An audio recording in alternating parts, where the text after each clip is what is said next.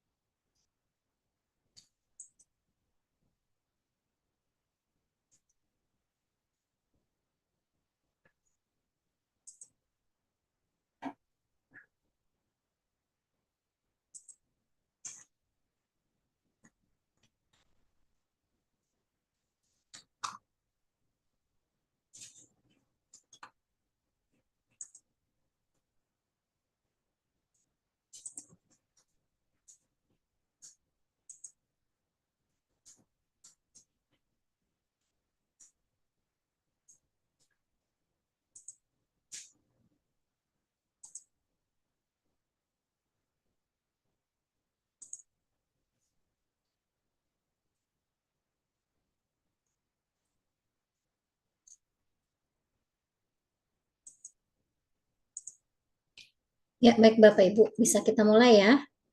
Nah, insya Allah sudah siap ya. Bismillahirrahmanirrahim. Assalamualaikum warahmatullahi wabarakatuh.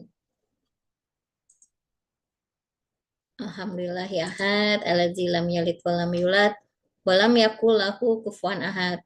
Wassalatu wassalamu ala nabiyina Muhammad wa ala alihi wa sahbihi wa ummatihi lazi yatamasaku bil jihad wa yujahidu fil iktisad amma ba'du. Bapak-bapak dan ibu-ibu, apa kabar semuanya?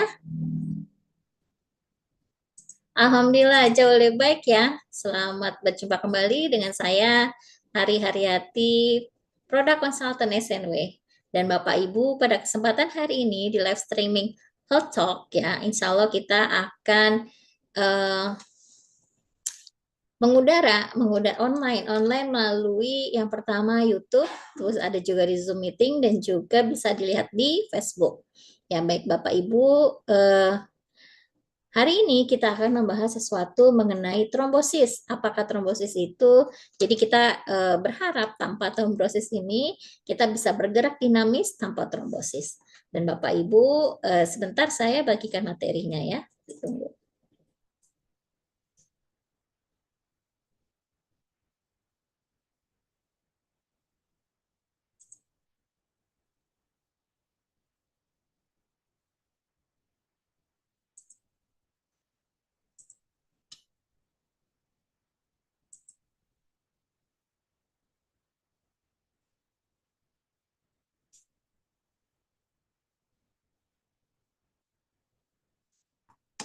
Lihat dengan jelas kah Bapak Ibu?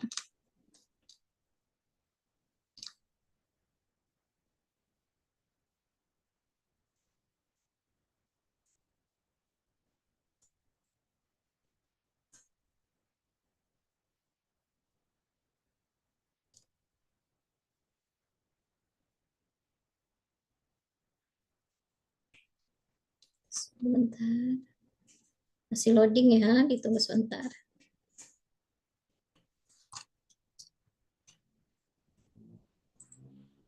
Ya,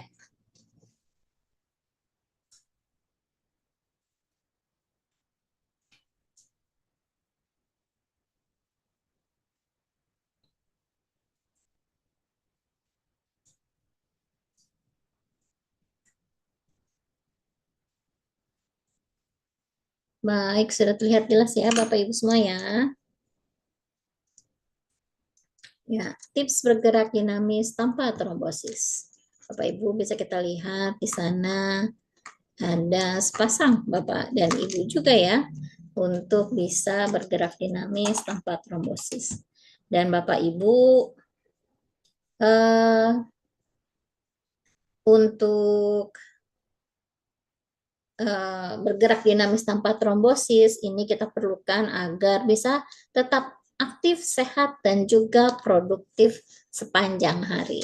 Mengapa bisa demikian? Karena Bapak Ibu kita semakin bertambahnya usia gitu ya, atau misalnya bahkan yang masih muda juga mungkin untuk mengalami hal ini.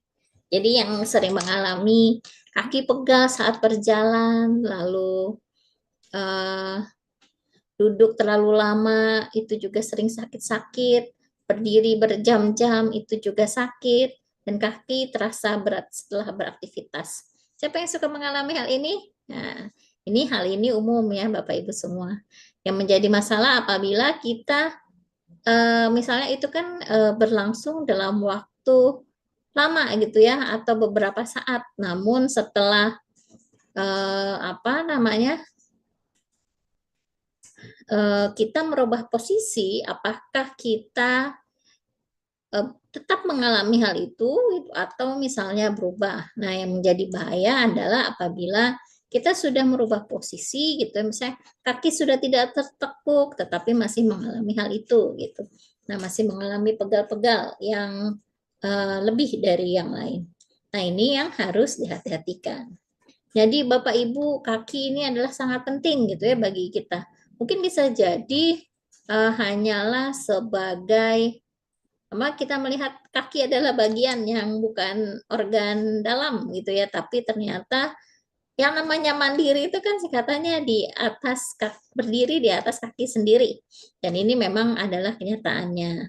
Dan Bapak Ibu eh, kaki ini komponen penting untuk kita untuk bisa mobile gitu ya. Pertama menolong diri sendiri, mengambil sesuatu dan lain sebagainya. Untuk berjalan, berdiri, berolahraga, bekerja, bahkan beraktivitas sehari-hari untuk membangun bisnis kita. Jadi mobilitas yang baik adalah kunci dari produktivitas.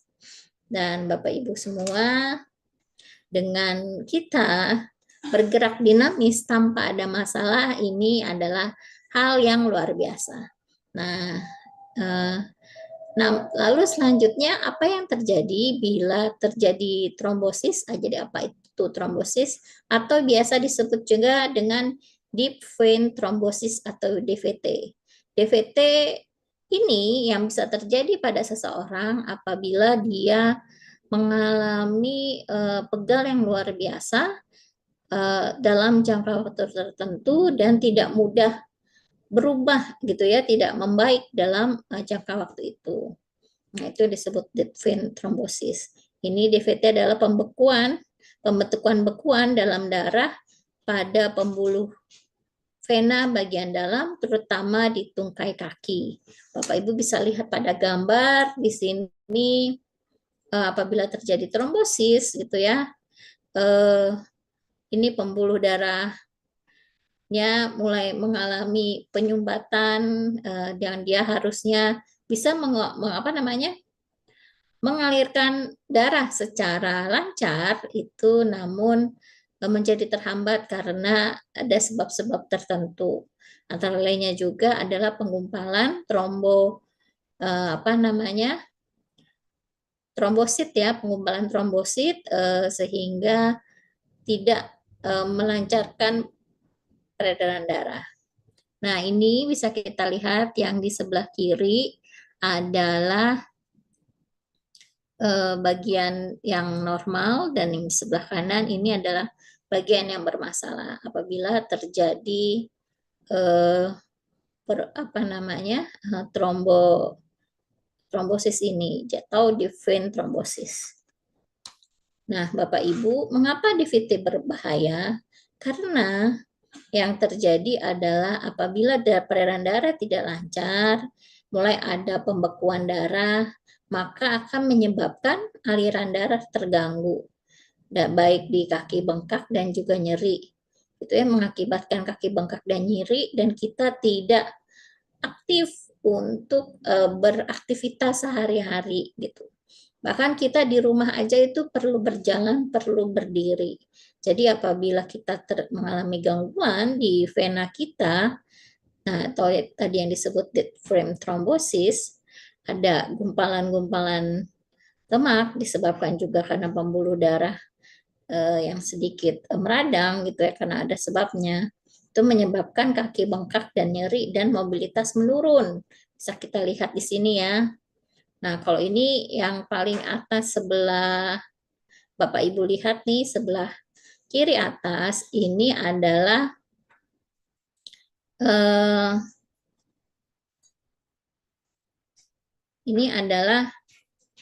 bagian yang sehatnya gitu, bagian sehat. Jadi vena yang sehat itu harusnya seperti itu. Tidak ada gumpalan darah mengalir dengan lancar. Nah, apabila mulai terjadi pengumpulan trombosit gitu ya, maka dia akan mulai menjadi seperti itu. Nah, lama-lama menjadi gumpalan darah dan lama-lama seakan-akan membuat pembuluh darah itu menyempit seperti itu. Nah, yang selanjutnya, jadi semakin lama ini jika dibiarkan semakin besar resikonya. Nah, Bapak Ibu, nih ini di sini bagai kita ini penyebab kita bahas mengenai 3 penyebab utama DVT. Yang pertama penyebabnya adalah apabila terjadi darah mudah membeku. Nah, darah mudah membeku ini di mana kondisi tertentu dapat membuat darah lebih mudah membeku dan membuat gumpalan yang berpotensi menyumbat pembuluh darah vena. Seperti itu ya. Jadi kalau misalnya terjadi pada seorang darahnya mudah membeku, ini meningkatkan risiko orang terkena DVT. Gitu. Nah, terus kemudian apalagi yang menyebabkannya? Itu adalah aliran darah melambat. Jadi kurangnya pergerakan tubuh dalam waktu lama dapat memperlambat aliran darah dan meningkatkan risiko terbentuknya bekuan darah. Nah, jadi pada saat sehat banyak-banyaklah bergerak gitu ya, sesuai sama standar aja gitu. Jadi jangan berlebihan juga. Nah, ini akan membantu darah mengalir dengan lebih baik dan mencegah timbulnya pembekuan darah. Nah, terus kemudian penyebab lainnya juga adalah kerusakan pembuluh darah. Apabila terjadi kerusakan pembuluh darah, misalnya karena cedera atau kerusakan pada dinding pembuluh darah, dapat memicu proses pembekuan darah yang tidak normal. Ini adalah 3 penyebab utama DVT. Nah, siapa saja Bapak Ibu yang beresiko terkena DVT ini gitu ya? Yang pertama adalah orang yang mengalami kegemukan. Nah, orang yang kegemukan itu karena yang bersangkutan eh, apa namanya? Yang bersangkutan itu mengalami eh, mengkonsumsi bagian lemak yang memang tidak diurai dengan baik, bahkan masuk ke dalam aliran darah. Nah, ini juga jadi orang yang kegemukan itu punya risiko lebih tinggi terhadap hal itu. Kemudian juga usia lanjut.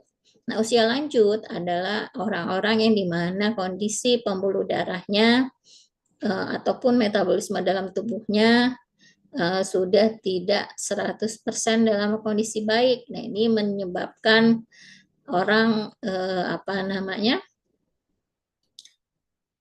Berusia lanjut bisa mengalami risiko yang lebih tinggi mengalami DVT.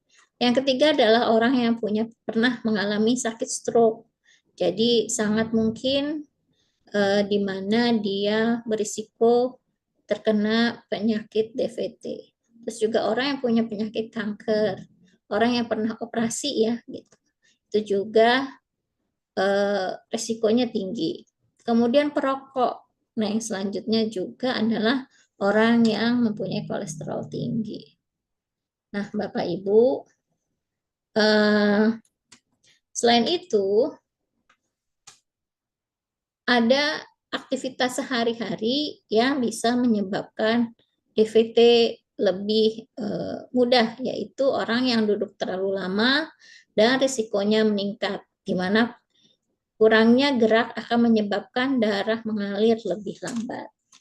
Nah, Bapak Ibu, ini yang perlu diwaspadai adalah apabila mengalami gejala-gejala sebagai berikut, ya.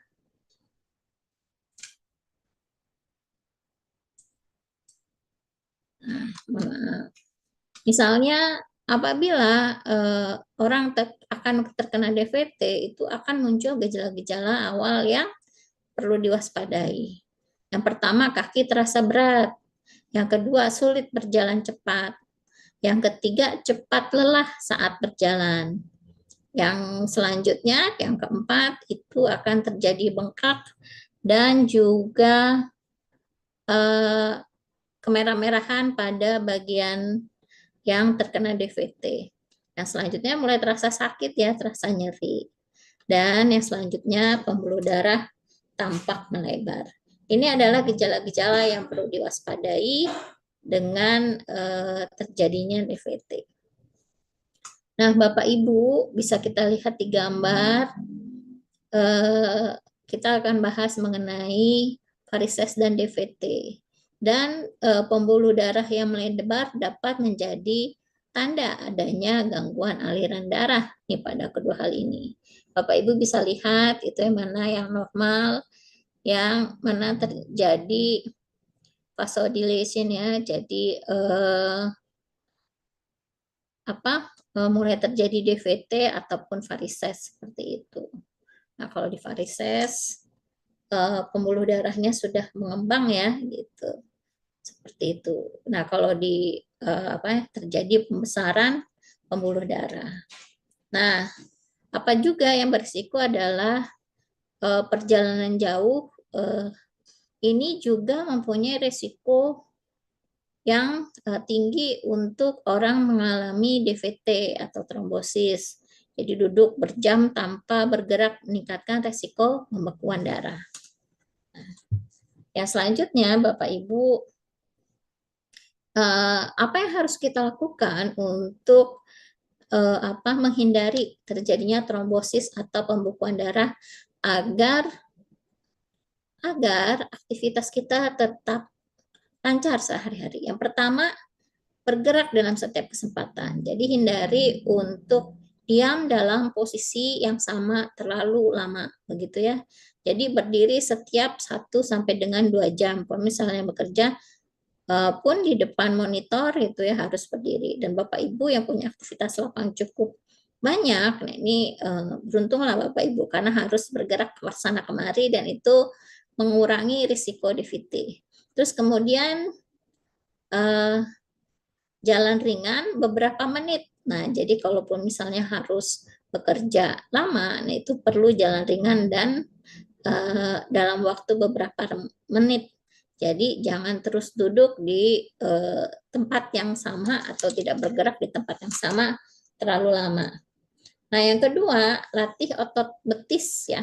Jadi otot betis adalah pompa alami peredaran darah. Caranya itu menggerakkan tumit. Nah, tumitnya digerakkan ya Bapak Ibu. Jadi misalnya ini kaki, tumitnya digerakkan. Menekukan pergelangan kaki ini ya, ditekuk seperti ini gitu. Dan menggerakkan jari kaki. Nah, itu adalah latihan-latihan yang bisa kita lakukan untuk misalnya jari kaki gitu ya digerak-gerakin. Jadi tumitnya digerakkan, terus pergelangan kakinya gitu ya digerakkan, juga menggerakkan jari-jari kaki. Ini memberikan efek yang baik untuk peredaran darah kita gitu. Karena kaki dan ujung-ujung tangan ini adalah ujung-ujung dari pembuluh darah ya yang harus tetap mendapatkan asupan nutrisi dari peredaran darah maupun oksigen. Jadi kita harus tetap mengaktifkan itu walaupun misalnya punya aktivitas sehari-hari yang cukup lama yang harus duduk diam. Yang selanjutnya, kiat yang ketiga adalah peregangan ringan. Manfaatnya jadi stretching ringan ya. Jadi kalau misalnya pergerakan-pergerakan kecil tadi masih belum cukup, kita perlu pergerakan ringan gitu. Jadi misalnya tadi stretching mengangkat kaki seperti itu, atau misalnya tangan begitu ya, leher gitu, seperti ini, ke kanan, ke kiri. Nah itu perlu dilakukan dalam 1 jam sekali gitu ya. Nah ini untuk melancarkan sirkulasi darah atau mengurangi kekakuan dan juga hal baiknya adalah mengurangi pegal. Itu kiat ketiga. Yang selanjutnya, kiat keempat adalah pijatan lembut pada betis. Nah, tadi karena di betis juga merupakan fungsinya untuk membantu memompa darah ya ke seluruh tubuh dengan baik. Nah, ini juga membantu untuk relaksasi. Nah, kemudian juga membantu kenyamanan kaki dan juga membantu kelancaran sirkulasi darah. Dan Bapak Ibu, kiat nomor 5 ini hindari faktor risikonya ya. Jadi untuk peredaran darah kita tetap baik, kita perlu menghindari faktor risikonya. Yang pertama adalah tidak merokok gitu. Jadi merokok itu bisa meningkatkan risiko pembekuan darah. Terus kemudian berat badan berlebih ini juga membuat orang jadi mungkin bisa jadi ya mudah lelah dan tidak terlalu aktif atau duduk. Yang selanjutnya adalah terlalu lama duduk. Nah ini yang harus diperhatikan sehingga perlu untuk mengurangi diam di tempat terlalu lama. Nah, terus kemudian orang yang punya kolesterol tinggi gitu. Nah, ini mengakibatkan darahnya lebih kental gitu ya, dan peredaran darah tidak selancar orang yang kolesterolnya tidak terlalu tinggi. Nah, itu adalah kiat yang kelima. Nah, kiat yang selanjutnya adalah menjaga peredaran darah tetap sehat. Jadi kita perlu menjaga peredaran darah tetap sehat dengan yang pertama aktif bergerak. Jadi kita perlu aktif bergerak gitu ya sehari-hari, walaupun misalnya kerja di kantor di depan meja begitu ya, harus tetap aktif bergerak dengan mengingat waktu kita stretching ataupun perlu berjalan ringan. Nah, terus kemudian juga pola makan yang baik. Jadi harus mengatur ya supaya tidak terlalu banyak kolesterol menumpuk dalam tubuh kita ataupun penyakit-penyakit lain yang bisa timbul karena kita tidak seimbang mengkonsumsi makanan seperti itu. Terus kemudian istirahat cukup. Jadi istirahat itu yang pertama akan baik untuk tekanan darah gitu. Untuk mengistirahatkan jantung, jadi tidak terlalu tinggi berdetak seperti itu ya tekanannya. Terus kemudian juga sangat baik untuk efeknya untuk syaraf, untuk otak, ataupun organ-organ tubuh yang lain. Jadi kita perlu istirahat yang cukup. Nah, terus ini yang terakhir, kita perlu menjaga peredaran darah dengan sehat, juga sangat diperlukan dengan manajemen berat badan yang baik. Nah, ini mudah-mudahan kita bisa mewujudkannya bersama. Jadi misalnya memang orang itu bawaannya ada beda-beda ya, badannya tinggi atau kurus gitu ya, atau punya kecenderungan untuk metabolisme lemak seperti apa gitu. Nah, tapi asalkan kita terus pantau berat badan tidak terlalu berlebihan gitu. Karena memang ada juga faktornya di mana orang berat badannya tinggi bukan karena makannya terlalu banyak, tetapi bioaktivitas hormonnya sudah menurun dan itu biasanya dialami oleh orang-orang usia senior ya gitu, usia di atas mungkin 30 sampai 40 tahun, ditambah juga dengan aktivitas hariannya yang kurang baik. Atau misalnya bahkan ada peradangan di dalam tubuhnya yang dia tidak sadari Nah, ini bisa juga mengakibatkan metabolisme penghasilan energinya kurang baik dalam tubuh begitu. Nah, jadi memang orang yang baik adalah metabolisme yang baik adalah pada saat dia makan sesuai dengan porsi, diolah menjadi energi itu tidak memberikan berat badan yang berlebihan di dalam tubuhnya. Jadi pada saat itu ada sesuatu yang bisa menyebabkan dia bertambah berat badannya, itu bisa jadi karena metabolisme tubuhnya kurang baik atau misalnya hal lainnya ada peradangan juga dalam tubuhnya yang bisa menyebabkan metabolisme itu tidak maksimal. Jadi kita perlu mengetahui kebutuhan sebetulnya konsumsi yang harus kita makan seperti apa sehingga terjadi manajemen berat badan yang baik. Seperti itu. Nah, yang selanjutnya Bapak Ibu.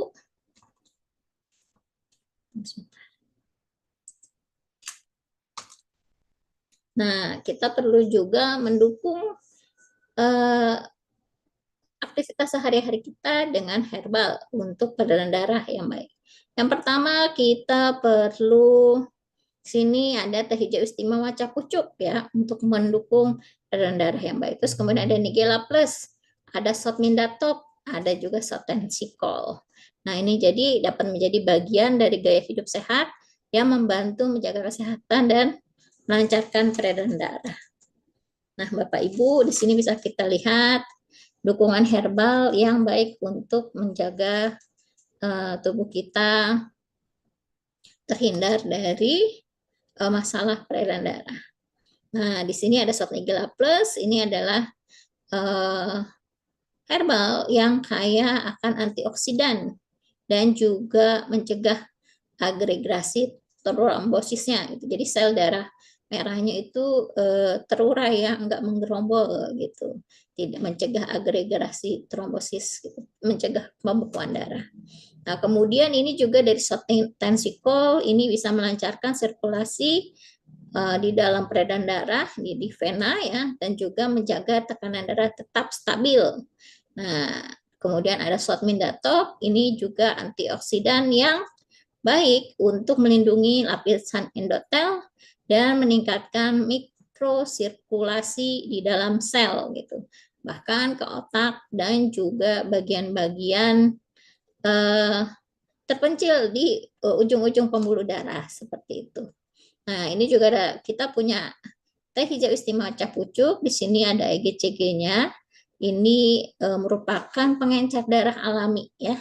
Jadi EGCG itu antioksidan yang juga berfungsi sebagai pengencer darah alami dan menurunkan kolesterol dan lipid darah apabila terjadi kelebihan.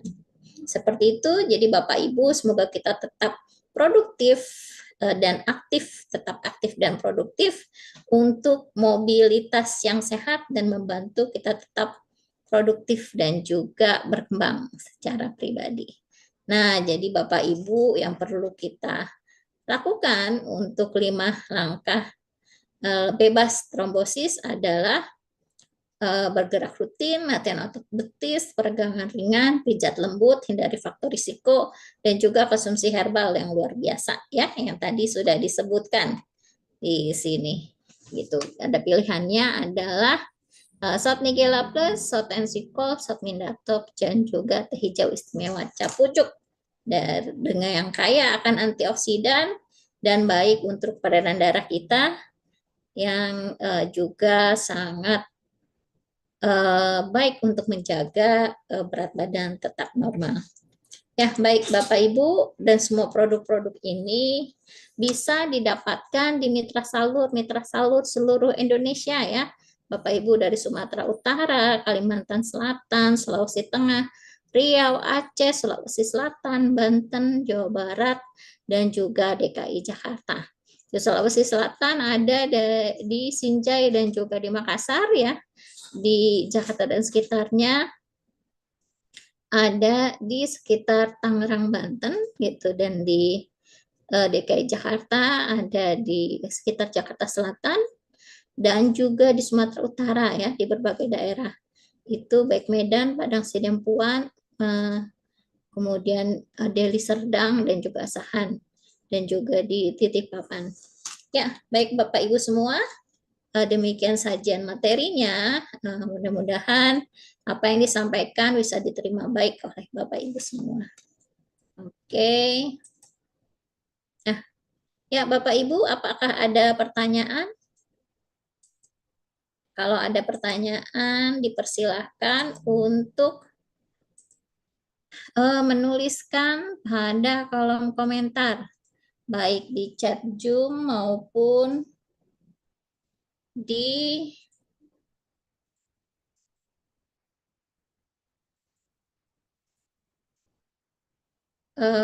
FB maupun di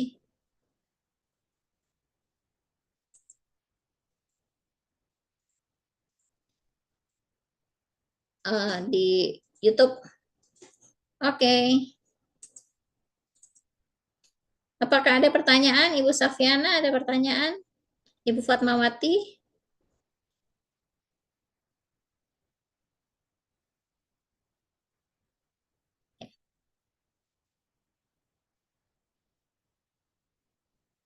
Ya, kalau tidak ada pertanyaan, Bapak Ibu, eh, Ibu Safiana ada pertanyaan, Ibu Safiana? Boleh dibuka mic-nya, bisa dibuka?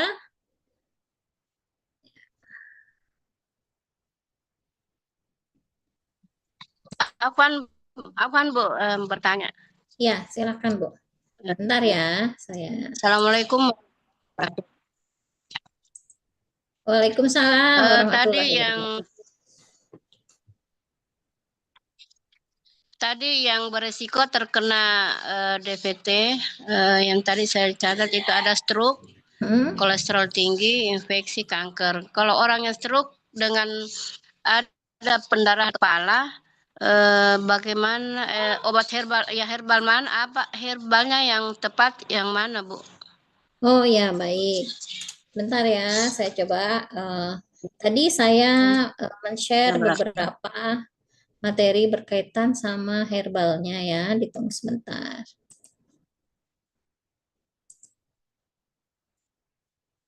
Iya, ditunggu. Saya kita lihat. Kalau misalnya ada masalah stroke, apa saja herbalnya? Tunggu.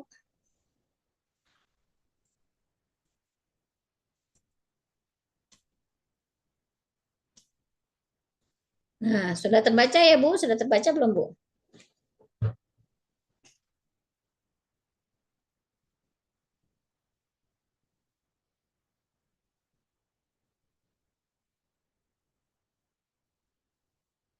Nah, jadi insya Allah herbalnya, kalau misalnya stroke, ada stroke di kepala, apa namanya, penyebabnya ada penyumbatan di kepala atau pecahnya pembuluh darah di kepala, nah itu bisa kita terapi dengan shot Nigella Plus dan juga shot Mindatop gitu. Kalau kita pakai paket 4 ini itu bisa Bu gitu. Cuman memang apa namanya shot Mindatop dan shot Nigella insya Allah bisa juga. Jadi harus tahu juga penyebabnya apa stroke-nya. Biasanya orang terkena stroke kan karena eh, ada sebabnya ya. Bisa jadi karena misalnya kolesterolnya tinggi, tekanan darah tinggi, atau misalnya yang lain gitu ya. Itu perlu ketahui. Nah, itu juga sotensikol ini sangat baik untuk melancarkan sirkulasi pembuluh darah vena dan juga menjaga tekanan darah tetap stabil. Gitu. Nah, ini sotmindatok juga baik ya karena dia bisa meningkatkan mikro sirkulasi bahkan sampai ke dalam pembuluh darah otak yang kecil-kecil. Terus kemudian juga di shot Nigella Plus ini sangat baik ya untuk hal itu. Untuk sebagai antioksidan yang tinggi, baik untuk pembuluh darah dan elastisitas pembuluh darahnya dan mencegah terjadinya pembekuan darah seperti itu. Nah, Bapak Ibu, herbal-herbal tadi bisa dikonsumsi dengan dosis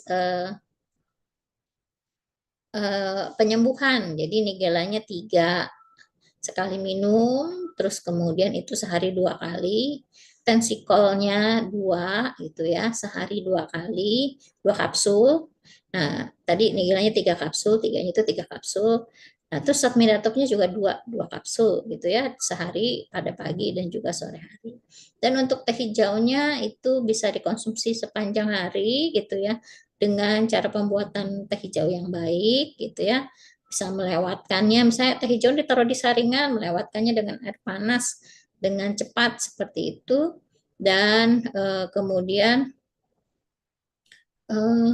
airnya misalnya kita seduh dari teh hijaunya 1 sendok makan gitu ya, ditaruh di saringan, dilewatkan air panas yang tidak terlalu panas, hanya hangat-hangat kuku saja gitu ya, selama eh, secepat mungkin, dan juga paling lama itu 3 menit gitu. Jadi airnya langsung diangkat seperti itu. Tehnya langsung diangkat, jadi tidak boleh lama-lama. Dan misalnya dari 1 sendok makan teh jadi 1 liter air, dan itu bisa dikonsumsi habis seperti itu ya. Ya, demikian. Ya, demikian Bapak Ibu, Bu Safiana, insya Allah sudah bisa diterima ya jawabannya.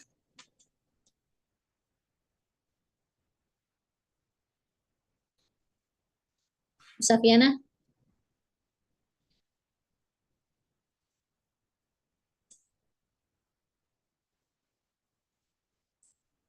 Iya, seperti itu Ibu Safiana. Mudah-mudahan bisa diterima ya jawabannya. Udah kedengeran, Bu?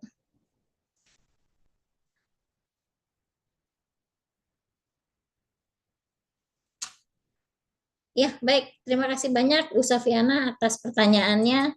Barangkali ada lagi yang lain yang ingin bertanya? Ya, baik Bapak Ibu semua. Itu tadi materi mengenai bergerak dinamis tanpa trombosis ya Bapak Ibu semua. Dan alhamdulillah kita juga sudah apa memaparkan materi dengan dimulai tadi dari awal sampai dengan tadi, dan juga alhamdulillah ada pertanyaan, dan Bapak Ibu yang ingin tetap bertanya bisa tetap mengetikkan pertanyaannya di kolom komentar pada FB gitu ya, ataupun nanti di kolom komentar di YouTube seperti itu. Dan Bapak Ibu kita sudah melewati sudah membahas semua, dan juga sudah dilewati tadi tahap-tahapnya dari mulai penyampaian materi, pertanyaan, dan lain sebagainya. Dan insya Allah untuk materi pada hari ini saya selesaikan sampai di sini. Bapak Ibu tetap bisa bertanya tadi ya, mengetik pertanyaan di kolom komentar. Dan oh maaf, ada pertanyaan lagi tadi saya.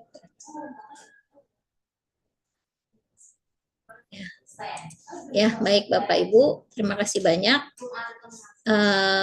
sudah hadir meramaikan live streaming Facebook kita gitu, dan juga YouTube dan juga Zoom meeting, dan mudah-mudahan Bapak Ibu bisa mendapatkan informasi yang bermanfaat dan bisa juga disampaikan kepada yang membutuhkan gitu ya.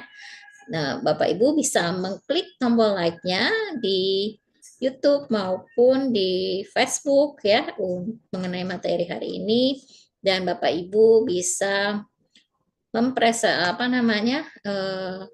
mengulang kembali menyimaknya apabila telat